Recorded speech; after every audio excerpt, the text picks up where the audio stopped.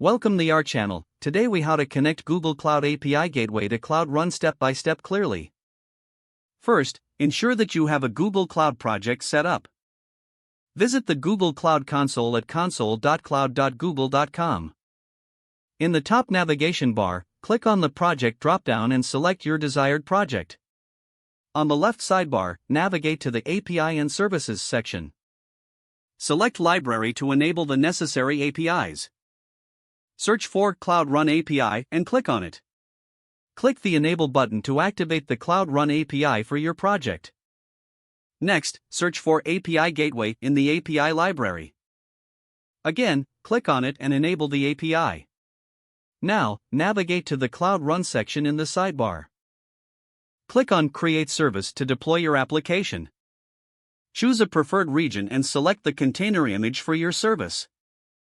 Set the service name and make sure to allow unauthenticated invocations if needed. Click on the Create button to deploy the service. Once the service has been created, take note of the service URL provided. Now, navigate to the API Gateway section in the sidebar. Click on Create Gateway. Enter a name for your API Gateway and choose a region. Select the Cloud Run option as the backend service.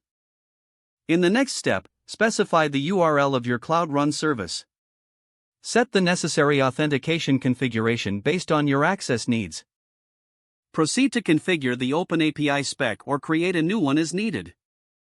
Once your API Gateway configuration is complete, click Create.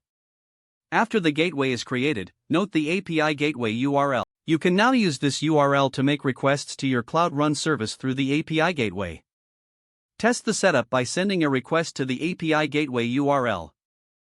If everything is set up correctly, you should receive a response from your Cloud Run application. If the page does not load, refresh the browser or try again in a private or incognito window.